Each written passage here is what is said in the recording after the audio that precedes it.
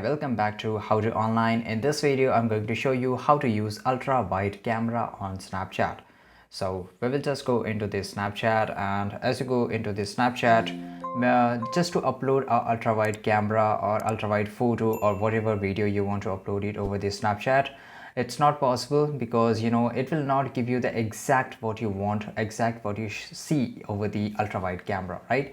So basically it will definitely help you by using a normal camera over your phone, and here you can just use a ultra wide camera, right? So this is pretty easy, guys. After that you can just record it, and you can just take a picture and you can just upload it over the Snapchat.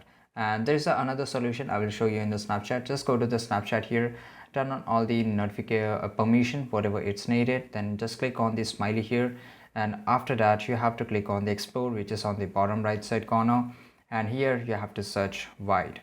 Okay, and just hit the enter, and you will see so many filters which will come here. So we will wait, and here guys you can see wide angle effect. You can just click on this, and after that you can take a picture, and this is how you can take wide angle effect, right? So this is super easy, guys. If you found this video really helpful, make sure to like this video, subscribe our channel, and see you guys in the next video.